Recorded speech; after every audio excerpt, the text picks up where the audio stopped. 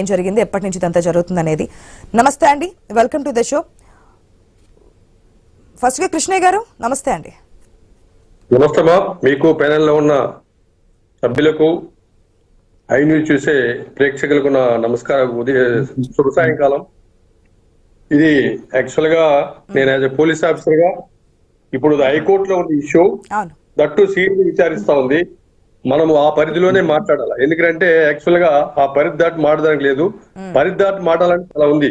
High court ఎందుకంటే December 2వ తేదీ లోపల సిఐడి గారిని మొత్తం మీరు దర్యాప్తు చేసి ఇన్వెస్టిగేట్ చేసి ఒక రిపోర్ట్ మాకు ఇవ్వండి, ఆ తర్వాత మేము మీ రిపోర్ట్ విధంగా ఎవరి మీద యాక్షన్ తీసుకోవాలా, ఎవరిని అరెస్ట్ చేయాలనేది మేము తెలుస్తాము.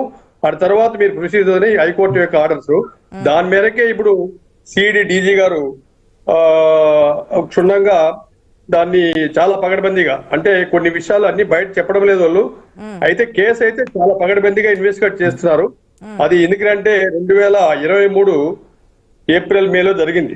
యాక్చువల్ గా క్రైమ్ నెంబర్ వచ్చి 2023/2023 అండర్ సెక్షన్ 379 కేసు కింద అరెస్ట్ చేశారు. అది అప్రాప్రియేట్ సెక్షన్ కాదని నేను చెప్తున్నాను, ఎందుకంటే యాజ్ ఎ పోలీస్ ఆఫీసర్ గా. ఎందుకంటే అతన్ని దేవస్థానం గుడి సొత్తును కాపాడి అట్లాగే ఆ గుడిసు లెక్కి యాత్రికులు వేసిన డబ్బును లెక్కించమనే చెప్పారు. అందుకు ఆయన ఏం చేస్తారంటే దాదాపు 10 సంవత్సరాల నుంచి ఆయన గుడిలో సొత్తు దొంగిలించాలని ఒక ప్లాన్ తో ఆయన మర్మాలో పక్కన చెన్నైలో హాస్పిటల్లో ఒక ఆపరేషన్ చేసుకుని అక్కడ కుట్లేసుకుని దాంట్లో దాదాపు 15 సంవత్సరాల నుంచి ఆయన దొంగతనం చేస్తున్నాడు. దాదాపు నాకు తెలిసి 200 కోట్లు సంపాదించాడు అతను. 200 కోట్లు సంపాదించి దాన్ని ఇతరులకు ఇచ్చు అతను అనుభవించాడు. ఆ ఆస్తులు చెన్నైలోనా, కలకత్తాలోనా, తిరుపతిలోనా ఆస్తులు బాగా సంపాదించాడు. దాన్ని యాక్చువల్ గా వైసీపీ ప్రభుత్వంలో పట్టుకోవడం అయితే మంచి పనే. పట్టుకున్న వాళ్ళు అది క్రిమినల్ కేసు, అది నాట్ సివిల్ కేసు కాదు, క్రిమినల్ కేసు. కాబట్టి ఆ క్రిమినల్ కేసు ఏ విధంగా దర్యాప్తు చేయాలో ఆ విధంగా దర్యాప్తు చేయలేదు వాళ్ళు. ఎందుకు చేయలేదంటే ఆ కేసును పట్టుకుంటానే యాక్చువల్ గా నేను అవుట్ ఆఫ్ లా చెప్తున్నా, అవుట్ ఆఫ్ విషయాలు కొన్ని నాకు తెలిసిన విషయాలు.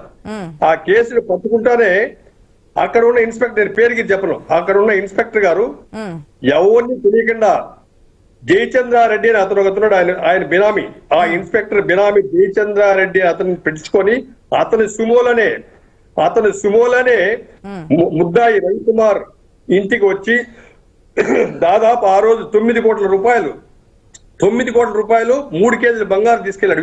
వితౌట్ అది కేసు లేదు, నాకు తెలుసు ఆ విషయం. ఎందుకంటే అది వితౌట్ చెప్పకూడదు చెప్తున్నా, ఎందుకంటే యాజ్ ఎ పోలీస్ ఆఫీసర్ చెప్పకూడదు, కానీ నాకు దాగడం లేదు. ఎందుకంటే అట్లా చేసిన తర్వాత మళ్ళీ అతను అరెస్ట్ చేసి ఇంకా పెద్ద క్రైమ్ కదా, బయటకు వచ్చేసాయి. ఎంత మన దృష్టి లేదు, కేడి దృష్టిలో ఉంది.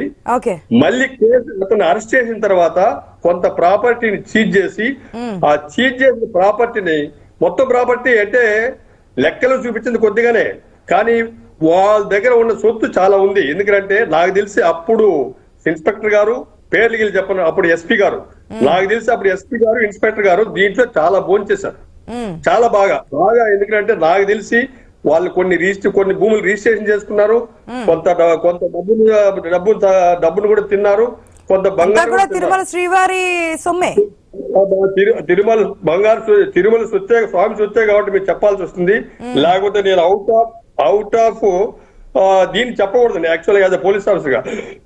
అది తిరుమల దేవస్థానం యాత్రికులు వేసిన సొమ్ము కాబట్టి, అది స్వామి సొత్తు కాబట్టి మీకు ఖచ్చితంగా అన్ని విషయాలు చెప్పాలా. కానీ అతని దగ్గర దాదాపు 200 కోట్ల రూపాయల ప్రాపర్టీ బయటపడింది. దాంట్లో దేవస్థానానికి ఒక 14.5 కోట్ల ప్రాపర్టీ వాళ్ళు గిఫ్ట్ డీడ్ వీళ్ళు ఇచ్చేందుకు అధికారం లేదు. మా ఇల్లు గిఫ్ట్ ఇచ్చారు, ఇచ్చినాడు బాగానే ఉంది. మిగతా మొత్తంతా రికవరీ చేసి అది యాక్చువల్ గా సెక్షన్ కూడా తప్పు. ఆయన దగ్గర 409 పెట్టాలి అతని మీద, క్రిమినల్ బ్రీచ్ టెస్ట్ పెట్టాలి case. Criminal breach of trust అనేది ఒక సెక్షన్, దాన్ని పెడితే దాంట్లో రాజీ అయ్యేదానికి లేదు.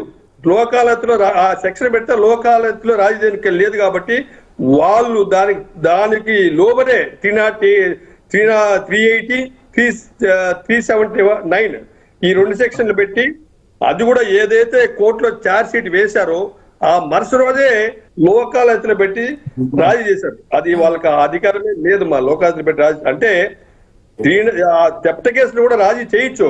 ఎంత ప్రాపర్టీ బిలో 1000 బిలో 2000 ఉన్న ప్రాపర్టీని అయితే లోకాలతలు పెట్టి కేసు రిజిస్టర్ చేయొచ్చు. ఇది లక్షల్లో వేల కోట్లలో ఉన్న ప్రాపర్టీని అది కూడా ఆల్రెడీ కేసు నడుస్తూ ఉండగా ఆ వ్యక్తి గిఫ్ట్ డీడ్ ఇచ్చినప్పుడు పాలక మండలిలో మారడం కానీ ఏది లేకుండా ఏ విధంగా తీసుకుంటారనేది కూడా మరొక ప్రశ్న కూడా వస్తుంది. అంటే అన్అఫీషియల్ గా 200 crores తీసుకున్నా నాకు తెలిసి సీఎం గారికి కూడా తెలిసింది. అంత ఆ రోజు ఆ 5 years లో ఏ చిన్న ఇన్సిడెంట్ లా రాష్ట్రంలో జరిగినా సీఎం నోటీస్ ఖచ్చితంగా ఆయన వాళ్ళే చెప్తారు. వైసీపీ వాళ్ళు మా సీఎం గారు గుడ్ అడ్మినిస్ట్రేటర్, ఏ చిన్న విషయమైనా నోటీస్ ఉంటుందని. ఆ రోజు సీఎం ఈ రోజు సీఎం కాదు, ఈ రోజు సీఎం సంబంధం లేదు. అది మాట్లాడు. ఆ రోజు సీఎం గారు జగన్మోహన్ రెడ్డి గారు పేర్లు చెప్పకూడదు చెప్పడం లేదు. ఆ రోజు సీఎం దీదెన్ సీఎం చిన్న ఇన్సిడెంట్ కూడా ఆయన కార్యనిర్వహణ చిన్న ఇన్సిడెంట్ కూడా ఆయన తెలియకుండా జరగదని వైసీపీ వాళ్ళు చెప్తున్నారు, మేము చెప్పడంలే. కాబట్టి ఈ విషయం కూడా వాళ్ళకి తెలియకుండా ఏం జరగడంలే. సో అన్ని విషయాలు 5 సంవత్సరాలు ఎన్నో విషయాలు జరిగినాయి.